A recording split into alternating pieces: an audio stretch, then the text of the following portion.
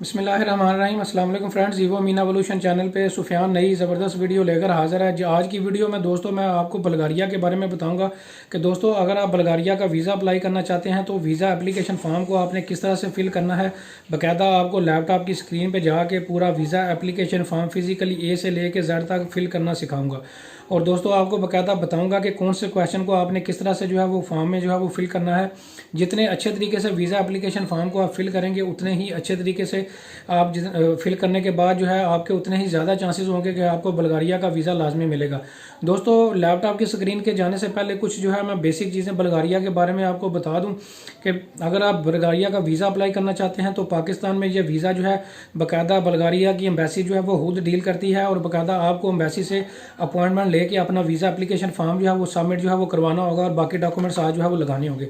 दोस्तों इसका लिंक मैं नीचे डिस्क्रिप्शन में दे दूँगा। आप मंगल बुध और जुमेरात 3 दिन जो है वो अपॉइंटमेंट जो है वो टेलीफोन पे बुक करवा सकते हैं। और अगर आप इंडिया से अप्लाई कर रहे हैं तो फिर आपने VFS ग्लोबल के थ्रू जो है वो अपनी वीज़ा एप्लीकेशन फॉर्म जो है उसको जो है वो प्रोसीड जो है वो करना होगा। तो दोस्तों ये कुछ बेसिक इन्फॉर्मेशन थी जो कि बल्गारिया के बारे में मैंने आपको बताई है। अगर आप जानना चाहते हैं कि अगर आप बल्गारिया का वीज़ा किसी भी कैटेगरी में अगर अप्लाई करना चाहते हैं तो आपको कौन कौन से डॉक्यूमेंट्स की ज़रूरत होगी, उसके लिए अलग एक मैं डेडिकेटेड वीडियो बना चुका हूँ। लिंक नीचे डिस्क्रिप्शन में मौजूद है। यूट्यूब वीडियो आप जाके मेरी वहाँ पे जो है वो देख सकते हैं। तो दोस्तों आइए चलते हैं लैपटॉप की स्क्रीन पे। अब आपको मैं पूरा वीज़ा एप्लीकेशन फॉर्म फिजिकली जो है वो फिल करना जो है वो बताने जा रहा हूँ। तो दोस्तों जाने से पहले मेरे चैनल को सब्सक्राइब कर लें। हाँ जी दोस्तों, तो हम लैपटॉप की स्क्रीन पे आ चुके हैं। जो ही आप बल्गारिया का वीज़ा एप्लीकेशन फॉर्म गूगल करेंगे तो कुछ इस तरह से इंटरफेस जो है आपके सामने जो है वो ये ओपन होगा। इसको मैं थोड़ा सा जूम करके भी जो है वो दिखा देता हूँ। दोस्तों इस वीज़ा एप्लीकेशन फॉर्म को आपने डाउनलोड करने के बाद जो है वो प्रिंट आउट निकालने के बाद बॉल पॉइंट के साथ कैपिटल वर्ड्स में जो है वो बाकायदा फिल करके बाकी डॉक्यूमेंट्स जो है वो लगा के आपने जो है वो बाकायदा एम्बेसी में जो है वो जमा करवाना होगा।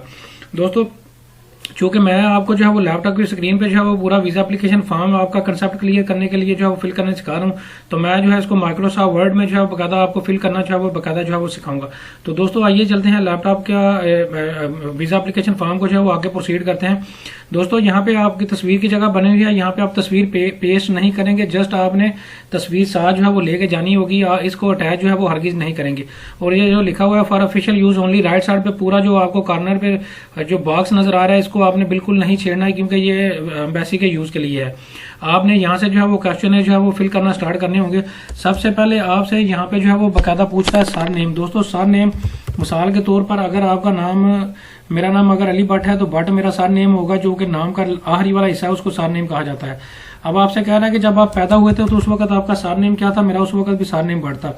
फर्स्ट नेम आपसे पूछ रहा है, जैसे कि नाम से जाहिर है अली भट्ट, मैं यहाँ पे आपको समझाने के लिए लिख देता हूँ अली भट्ट मेरा सर नेम है। अब आपसे डेट ऑफ बर्थ जो है वो दोस्तों पूछने जा रहा है। सबसे पहले डे लिखेंगे, फिर मंथ लिखेंगे, फिर आपने ईयर यहाँ पे जो है वो लिखना होगा, जैसे कि ये सीक्वेंस में भी लिखा हुआ है। इसी तरह आपने जो है वो डेट ऑफ बर्थ जो है यहाँ पे देनी होगी। प्लेस ऑफ बर्थ दोस्तों आपसे पूछ रहा है कि आप किस सिटी में पैदा हुए थे, आप अपने सिटी का नाम देंगे। प्लेस ऑफ कंट्री पूछ रहा है कि कौन से कंट्री में पैदा हुए थे आप, तो यहाँ पे मैं पाकिस्तान लिख दूंगा कि मैं पाकिस्तान में पैदा हुआ था। अब आपसे कह रहा है कि आपके पास नेशनैलिटी कौन सी है, तो मेरे पास पाकिस्तान की नेशनैलिटी है तो मैं पाकिस्तान लिख देता हूँ। कह रहा है कि जब आप पैदा हुए थे अगर तो आपके पास कोई और नेशनैलिटी थी तो फिर उसको यहाँ पे मेंशन करें। तो क्योंकि मेरे पास पैदा जब मैं हुआ था उस वक्त भी मेरे पास पाकिस्तान की ही नेशनैलिटी थी तो मैं इसको जो है वो इग्नोर कर दूंगा। अगर कोई और होगी तो फिर मैं यहाँ पे लिखूंगा। अब आपसे यहाँ पे मेल एंड फीमेल पूछ रहा है कि आप कौन है, तो मैं मेल हूँ। आप बॉल पॉइंट के साथ जो है मेल या फीमेल जो भी आपकी रेलिवेंट ऑप्शन होगी उसको आपने टिक करना होगा। अब आपसे मैरिटल स्टेटस पूछ रहा है, तो मैं दोस्तों मैरिड हूँ तो मैं यहाँ पे मैरिड लिख देता हूँ। आपने बॉल पॉइंट के साथ जो है जो भी आपकी रेलिवेंट बॉक्स की ऑप्शन होगी उसको यहाँ से जो है वो, जैसे मैं मैरिड हूँ तो मैरिड वाली ऑप्शन को जो है वो मैं गुड पे जो है वो टिक कर दूंगा। अब आपसे कह रहा है कि इन केस आप माइनर सर नेम, दोस्तों अगर तो आपकी उम्र 18 साल से कम है और अगर आप 18 साल से कम उम्र में जो है ये वीजा एप्लीकेशन फॉर्म जो है वो फिल कर रहे हैं तो फिर आपने सबसे पहले जो है यहाँ पे जो है surname, first name, address if different, आगे and the nationality of the parental authority, यानी कि सबसे पहले आपने अपने वालिद जो भी आपका कौमी लीगल गार्डियन या सरपरस्त होगा, मिसाल के तौर पर अगर मेरी उम्र 18 साल से कम है तो मैं यहाँ पे वालिद का जो है वो बाकायदा सबसे पहले सर नेम दूंगा। मिसाल के तौर पर उनका जो है वो अहमद भट्ट जो है वो सर नेम उनका भट्ट है, फर्स्ट नेम अहमद है। फिर उसके बाद यहाँ पे जो है आपने एड्रेस देना होगा, तो मैं यहाँ पे एड्रेस दे देता हूँ। एड्रेस DHL लाहौर लिख देता हूँ। और नेशनैलिटी, आगे नेशनैलिटी पूछ रहा है तो मैं यहाँ पे पाकिस्तान लिख देता हूँ कि उनके पास पाकिस्तान की नेशनैलिटी है। Of and nationality of parental authority legal guardian. तो दोस्तों इसी सीक्वेंस में आप सार नेम, फर्स्ट नेम, एड्रेस और नेशनैलिटी जो है आपने अपने वालिद की या लीगल गार्डियन की देनी होगी अगर आपकी उम्र 18 साल से कम है।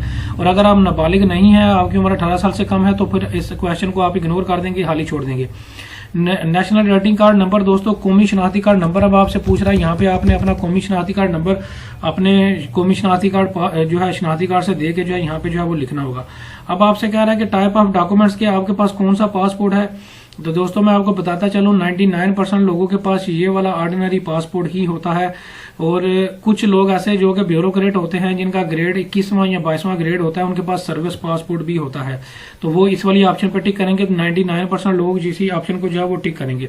तो मैं जो है यहाँ पे जो है आप बॉल पॉइंट के साथ ऑर्डिनरी पासपोर्ट पे टिक करेंगे। मैं यहाँ पे ऑर्डिनरी पासपोर्ट यहाँ पे लिख देता हूँ। अच्छा, अब आपसे कह रहा है कि नंबर ऑफ डॉक्यूमेंट्स, यानी कि ये आपसे पूछ रहा है कि आपके पास टोटल पासपोर्ट कितने हैं। तो दोस्तों मेरे पास टोटल 4 पासपोर्ट हैं, 3 पुराने जो एक्सपायर हो चुके हैं और नया टोटल 4 पासपोर्ट है। ये जो 12, 13, 14, 15, 16 जो क्वेश्चन नंबर है ये पासपोर्ट के रेलिवेंट है आपके। अब आपसे कह रहा है कि डेट ऑफ इशू के आपका पासपोर्ट इशू कब हुआ था, वो आपने डेट यहाँ पे देनी होगी। तो मैं अपने पासपोर्ट से बकायदा डेट ऑफ इशू जो है यहाँ पे लिख के जो है दे के लिख दूंगा। दोस्तों जितना भी आप डाटा यहाँ पे फिल करेंगे ए से लेकर जेड तक आपने पूरा जो है वो पासपोर्ट को ही फॉलो करना होगा। जो भी आपके नाम के स्पेलिंग वगैरह, जो भी डेट ऑफ बर्थ, जो भी वैलिडिटी है ए से लेकर जेड तक एग्जैक्ट आप वही लिखें जो ओके आपके पासपोर्ट पे जो है वो लिखा हुआ है। यहाँ पे आपने पासपोर्ट की इशू डेट लिख दी, वैलिड डेट लिख दी, कब तक वैलिडिटी है। अब आगे से पूछ रहा है कि ये पासपोर्ट आपको इशू कहाँ से हुआ था, तो मेरा पाकिस्तान से इशू हुआ था। अब आपसे कंट्री का नाम लिखेंगे, एप्लीकेंट होम एड्रेस। दोस्तों यहाँ पे अब आपने जो है वो बकायदा जो बंदा अप्लाई करने जा रहा है उसने अपने घर का एड्रेस जो है वो यहाँ पे जो है वो देना होगा। तो मैं यहाँ पे लिख देता हूँ DHL लाहौर पाकिस्तान। ये पूरा घर का एड्रेस जो आपका कौमी शनाख्ती कार्ड पे है वो आप यहाँ पे लिखेंगे। यहाँ पे आपने अपना मोबाइल नंबर देना होगा, जो बंदा अप्लाई कर रहा होगा वो यहाँ पे अपना मोबाइल नंबर देगा। अब आपसे कह रहा है कि resident in country other than the current of current nationality, यानी कि मैं पाकिस्तान में रह रहा हूँ तो मेरे पास किसी और जगह पे भी मेरी पाकिस्तान की अलावा, यानी कि मेरे पास पाकिस्तान की नेशनलिटी है, तो क्या मेरी इसके अलावा किसी और जगह पे भी रिहाइश है। तो दोस्तों नो वाली ऑप्शन, मैं किसी और कंट्री में नहीं रहता, सिर्फ और सिर्फ जिस कंट्री की मेरे पास नेशनलिटी है मैं वहीं पे रह रहा हूँ, पाकिस्तान में रह रहा हूँ। और अगर आप किसी और कंट्री में रह रहे हैं तो यस वाली ऑप्शन को बॉल पॉइंट के साथ टिक करेंगे। यहाँ पे फिर आप देंगे कि आप जो है वो आपके पास वर्क परमिट है, रेजिडेंट परमिट है या क्या है उस कंट्री का, वो आपने यहाँ पे जो है वो लिखना होगा और आगे उसका नंबर देना होगा। और आगे जो है वो बकायदा आपने जो है वो बताना होगा कि उसकी वैलिडिटी जो है वो कब तक की है। तो मेरे पास जो है किसी और रेजिडेंस मेरी किसी और कंट्री में नहीं है, तो मैं इस वाली नो वाली ऑप्शन पर जो है वो जस्ट जो है वो टिक करके जो है वो आगे चला जाऊंगा। अब आपसे कह रहा है कि आपका करंट ऑक्यूपेशन, तो दोस्तों मैं यहाँ पे लिख देता हूँ मार्केटिंग, या जस्ट मैं यहाँ पे लिख देता हूँ कि मैं एरिया मैनेजर हूँ। तो आप अपना अगर बिजनेसमैन है तो बिजनेस लिखेंगे, बिजनेसमैन लिखेंगे, स्टूडेंट है तो स्टूडेंट लिखेंगे। अब नीचे आपने दोस्तों यहाँ पे, अब मैंने जैसे कि ऊपर लिखा है कि मैं एरिया मैनेजर हूँ, तो मैंने यहाँ पे लिखना होगा कि मेरी कंपनी, फैक्ट्री या ऑर्गेनाइजेशन का जो है वो क्या नाम है, उसका जो है आगे एड्रेस जो है वो लिखना होगा। तो मैं उसका एड्रेस भी लिख देता हूँ यहाँ पे, कुरंगी कराची मैं लिख देता हूँ पाकिस्तान। और आगे दोस्तों अब आपने उसका जो है वो बकायदा नंबर, उस अपनी कंपनी, फैक्ट्री, ऑर्गेनाइजेशन का जो भी आपका इमीडिएट है, जहाँ जो बंदा आपको बकायदा वहां से वेरीफाई करे, उसका नंबर देना होगा। दोस्तों अगर आप बिजनेसमैन हैं तो यहाँ पे बिजनेसमैन लिखेंगे, स्टूडेंट तो स्टूडेंट। फिर इसी तरह अगर आप स्टूडेंट हैं तो फिर आपने यहाँ पे कॉलेज, स्कूल, यूनिवर्सिटी का जो है नाम देना होगा, उसका नंबर देना होगा। और इसी तरह अगर आप बिजनेसमैन हैं तो फिर आपने अपने बिजनेस का नाम, बिजनेस का एड्रेस और बिजनेस का मोबाइल नंबर आपने देना होगा। दोस्तों ये नंबर वही दीजिएगा जो कि जहां से आपकी बकायदा जब एम्बेसी बल्गारिया की आपकी वेरिफिकेशन करे तो बकायदा वहां से आपकी वेरिफिकेशन भी हो सके। अच्छा दोस्तों, अब आपने मेन पर्पस ऑफ विजिट बताना होगा कि आप क्यों वहां पे जाना चाह रहे हैं। तो मैं यहाँ पे इस वाली ऑप्शन को जो है वो बॉल पॉइंट के साथ आपने टिक कर दूंगा। मैं यहाँ पे लिख देता हूँ विजिट फ्रेंड एंड फैमिली। मैं विजिट फ्रेंड और फैमिली कैटेगरी में जो है वो अप्लाई करने जा रहा हूँ। मेंबर स्टेट ऑफ डेस्टिनेशन, दोस्तों यानी कि मेंबर स्टेट से मुराद ये है कि कौन से ऐसे मेंबर स्टेट, वो 26 शेंगन कंट्रीज, अगर तो उनमें से आप जो है वो किसी डेस्टिनेशन पे जाना चाह रहे हैं तो फिर आप यहाँ पे उसका जो है वो नाम जो है वो लिख सकते हैं। तो मैं जो है किसी और शेंगन कंट्री में जो है वो नहीं जा रहा, जस्ट और जस्ट जो है मैं बल्गारिया के लिए ही अप्लाई कर रहा हूँ। तो मैं यहाँ पे बल्गारिया जो है वो लिख देता हूँ। तो आगे आपसे कह रहा है कि member state of first entry, तो मेरी फर्स्ट एंट्री भी किसी भी शेंगन जो 26 कंट्री हैं उनमें नहीं है, जस्ट और जस्ट बल्गारिया में है। तो मैं यहाँ पे बल्गारिया जो है वो लिख देता हूँ। और अगर आप मसलन यूरोप के किसी और कंट्री में जो है आपका मेंबर स्टेट में किसी और डेस्टिनेशन में जाना चाहते हैं तो फिर आप उसका नाम यहाँ पे दे सकते हैं। और आगे फिर जो है आपने बाकायदा उसकी जो फर्स्ट एंट्री जिस भी स्टेट में आपकी 26 में से होगी उसका नाम भी दे सकते हैं। अब आपसे दोस्तों कह रहा है कि आपने सिंगल एंट्री वीज़ा अप्लाई करना है, मल्टीपल वीज़ा अप्लाई करना है या डबल एंट्री वीज़ा अप्लाई करना है। तो मैं जो है सिंगल एंट्री वीज़ा अप्लाई करने जा रहा हूं। तो बाल पॉइंट के साथ इस वाली ऑप्शन को जो है सिंगल वाली को टिक करूंगा। दोस्तों अब आपसे जो है वो पूछ रहा है कि duration of the intended stay यानी कि आप टोटल वहां पे कितने दिन रहेंगे।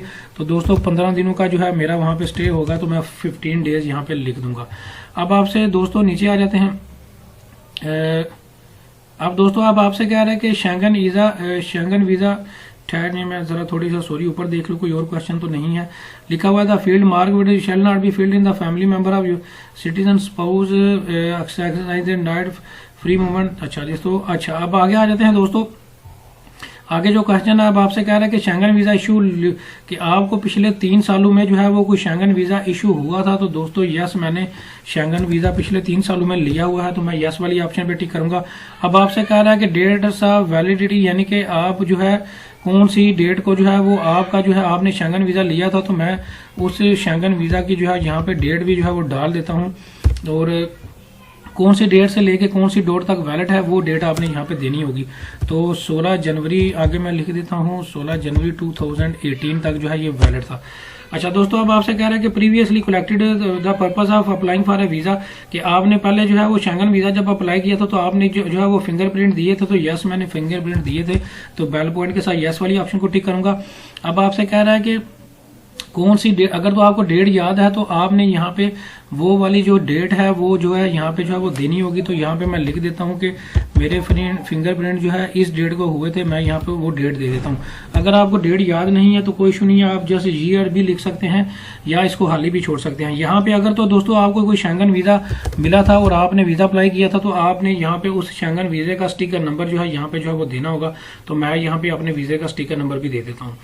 अच्छा दोस्तों, अब आपसे अगर आपको वीजा नहीं मिला था तो आपके पास डेफिनेटली स्टिकर नंबर नहीं होगा, जस्ट आप यहाँ पे डेट डाल देंगे जिस डेट को आपका फिंगरप्रिंट हुआ था। अगर आपको ये साल सिर्फ याद है तो सिर्फ साल भी डाल सकते हैं। अच्छा अब आपसे कह रहा है कि entry permit for the final country of the destination very applicable. तो दोस्तों अगर तो आपने बल्गारिया विजिट के बाद किसी और कंट्री में जाना है तो फिर आपने जो है वो बाकायदा जो है वो बताना होगा कि कौन सा कंट्री है, आपको वो जो एंट्री परमिट है वो कहाँ से कौन से कंट्री का इशू हुआ था उसका नाम देना होगा, और फिर कौन सी डेट से लेके कौन सी डेट तक वो वैलिड है उसकी वैलिडिटी भी देनी होगी। तो दोस्तों मेरा फाइनल डेस्टिनेशन सिर्फ और सिर्फ बल्गारिया है और मैं बल्गारिया से ही वापस आ जाऊंगा। तो मैं इस वाली ऑप्शन को फिर जो है इग्नोर कर दूंगा। और अगर आप मिसाल के तौर पर बल्गारिया से अमेरिका या किसी और कंट्री मूव करेंगे तो फिर आपका फाइनल डेस्टिनेशन डेफिनेटली वो होगा। तो उस कंट्री का जो है आपने नाम देना होगा और उसकी आपके पास जो वर्क एंट्री परमिट होगा या वर्क परमिट होगा या जो भी आपका स्टेटस होगा उसका आपने वैलिडिटी देनी होगी, कौन सी डेट से लेके कौन सी डेट तक आपका डॉक्यूमेंट वो वैलिड है।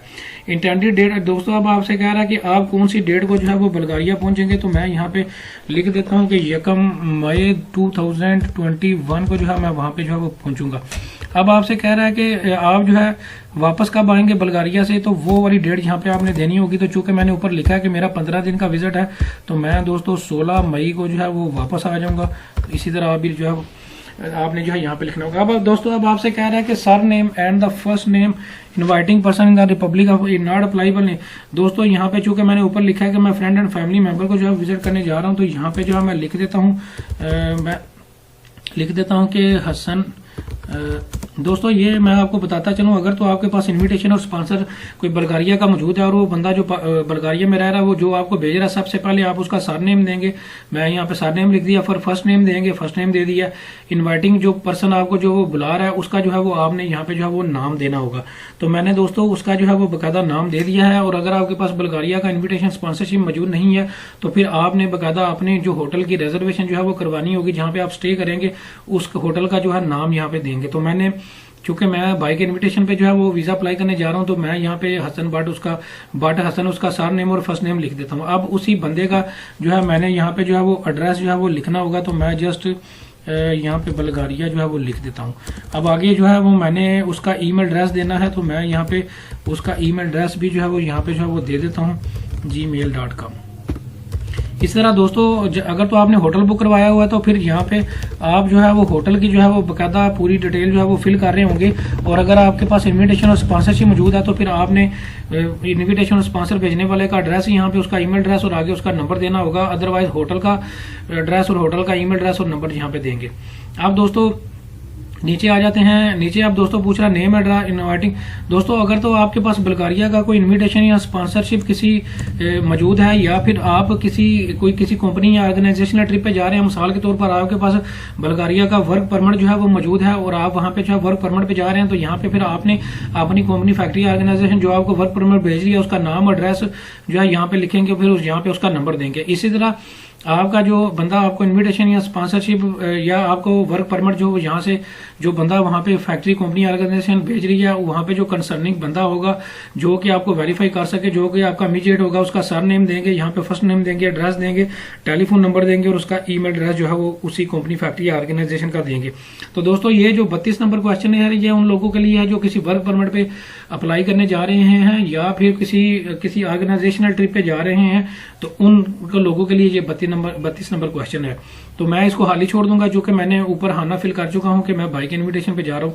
तो अब आपसे कह रहा है कि travelling of the cost living कि कौन बंदा जो है वो आपकी कास्ट जो है वो पे करेगा जो आप बुल्गारिया विजिट करेंगे। तो दोस्तों मैं अपनी कास्ट जो है वो खुद से पे करूंगा, तो मैं यहाँ पे लिख देता हूँ हिमसेल्फ, मैं खुद से सारी कास्ट पे करूंगा। अब आपसे पूछ रहा है कि आप जो है वो किस तरह से पे करेंगे अपनी कास्ट जो है, तो दोस्तों मैं यहाँ पे जो है वो कैश से करूंगा। अब बाल पॉइंट के साथ जो है कैश वाले हाने को जो है वो बाल पॉइंट के साथ जो है वो टिक करूंगा और इसके अलावा कैश लिख देता हूँ यहाँ पे, और नीचे जो है क्रेडिट कार्ड भी जो है मैं लेके जाऊंगा। तो दोस्तों अगर तो आपको कोई बंदा जो बुलाने वाला, इनविटेशन या स्पॉन्सरशिप भेजने वाला बंदा आपके सारे जो एक्सपेंस करेगा, तो फिर आपने यहाँ पे इस वाली जो ऑप्शन है वहाँ पे उसको जो है वो टिक करनी होगी, रेफरेड इन द फील्ड। तो यहाँ पे फिर अब आप बताएंगे जो कंपनी या ऑर्गेनाइजेशन या कोई इंडिविजुअल जो आपको इन्विटेशन स्पॉन्सर भेज रहा है वो कैश की सूरत में आपकी खराजात करेगा या किस तरह से करेगा, फिर आपने बाल बॉन्ड के साथ उसी तरह उसको टिक करना होगा। तो मैंने चूंकि खुद से कर रहा हूँ तो मैं यहाँ पे हिमसेल्फ किया, इसको छोड़ दूंगा। अच्छा, अब आपने personal data of the family member हो, दोस्तों यहाँ पे अगर तो कोई आपका फैमिली मेंबर है जो है वो यूरोपियन यूनियन सिटीजन है और जिसके पास आप जा रहे हैं, तो उसका डाटा भी यहाँ पे जो है वो आप जो है दे सकते हैं। अगर वो बंदा बुल्गारिया में रह रहा है, उसके पास किसी शेंगन कंट्री का, यूरोपियन यूनियन सिटीजन का जो है वो बाकायदा पासपोर्ट और नेशनलिटी मौजूद है, तो जिसके पास आप जा रहे हैं उसका डाटा यहाँ पे देंगे। तो दोस्तों मैं यहाँ पे जो है वो बकायदा जो है वो लिख देता हूँ पर्सनल डाटा की नीचे। सबसे पहले तो मैं सर नेम उसका दूंगा, जैसे कि मैं ऊपर दे चुका हूँ हसन, और सर नेम और उस बट जो है वो उसका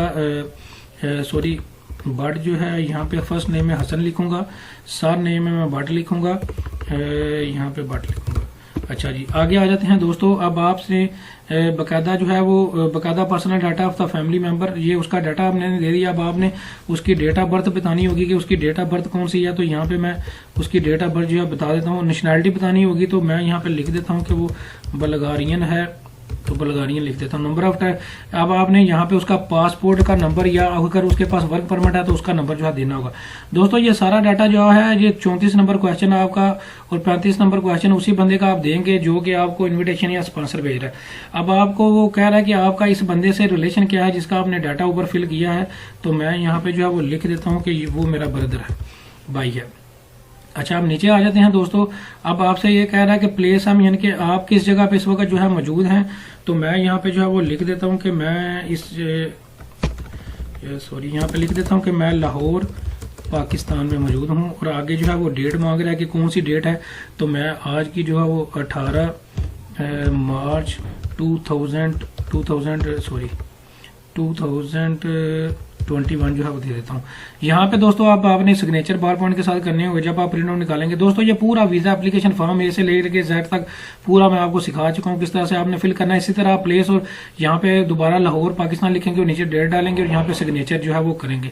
दोस्तों ये पूरा बुल्गारिया का वीजा एप्लीकेशन फॉर्म ए से लेकर जेड तक आपको जो है वो फिल करना सिखा चुका हूँ। और इसके बावजूद भी आपका बुल्गारिया के रेफरेंस से कोई क्वेश्चन हो या किसी और कंट्री के रेफरेंस से तो आप कमेंट सेक्शन में जो है मेरे से पूछ सकते हैं। Thank you very much.